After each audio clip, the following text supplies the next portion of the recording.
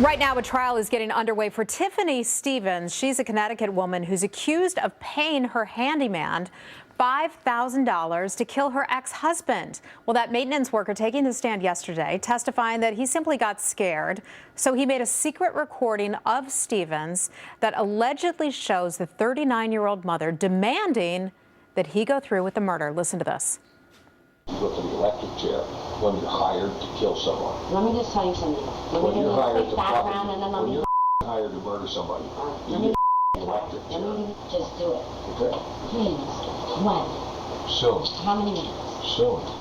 Wow, please just do it. Let's bring in Dan Schorr. He's a former prosecutor, and Tom Kenneth. He's a criminal defense attorney.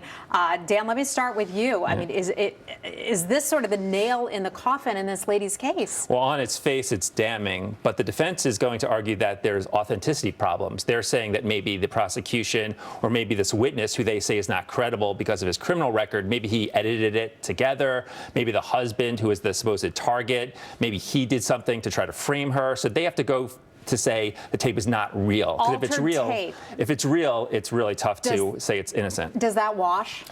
It absolutely washes. I mean, my position, if I'm defending this case, is that tape is only as credible as the person who made it. And what do we know about the person who made it? Completely incredible. First of all, the guy has the so-called handyman has a rap sheet thicker than a phone book. Yeah, he has 22 convictions dating back to the 1970s. 22 prior convictions. Secondly, as the Bible says, woe ye who has two masters. This guy is out there playing husband against wife, wife against husband, trying to insert himself in this acrimonious divorce. For what? For his self-admitted reason of hoping to profit from it. So how does any jury find an individual like that credible? And if he made this tape, if he manufactured this tape, he possessed it, he's the one through which the prosecution has to lay the foundation for it in court.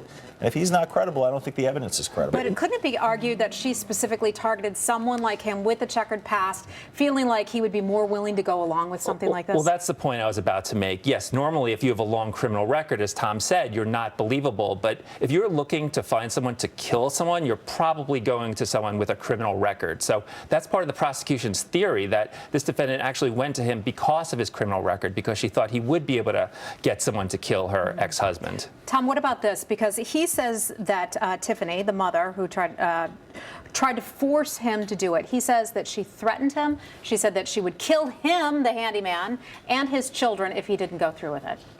I mean, look, the prosecutor can seek to prove their case in whatever manner they seek to prove it, but if that's the argument they're going to make at trial, or the argument they are making, I don't see them having much success in this case. You're going to have a very difficult time to get a jury of 12 people to unanimously agree that this 22 prior conviction, prior arrest, rap sheet thicker than the phone book handyman was in fear of this, troubled, spurned wife going through this bitter custody battle. I just don't think he's credible, and I don't think that argument is credible. Also complicating matters. This is going to be so hard for the jury because there are a lot of just oddball players here. She was also apparently a drug addict, and that could have affected the recording. Maybe she didn't know what she was saying. Some are saying that she may have been given drugs by the handyman.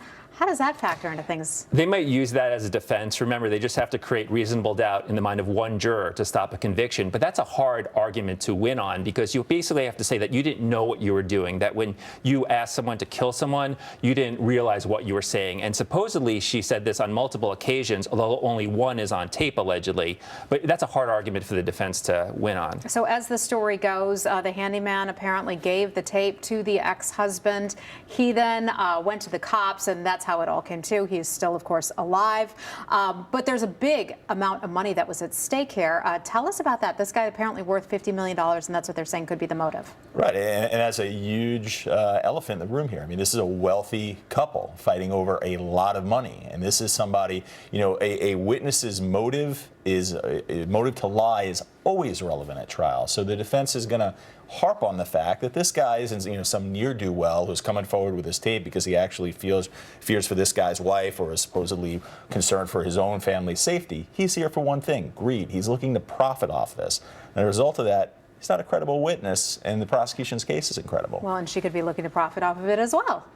Absolutely. Because the money would go to the child, right, in the case that the husband died, and then the mother would have access to that money. Right, the 9-year-old daughter, the money would go with her. So there's motive for the defense, but as Tom said, there is motive for the supposed victim to frame her, and that's going to be the big issue at the case. Well, complicated. But as you point out, that's what the attorneys want to do. They want to complicate to raise that reasonable doubt with the jury, certainly. Dan Schorr and Tom Kenneth, thank you so much for your expertise on this. What a case. We will keep watching it. John?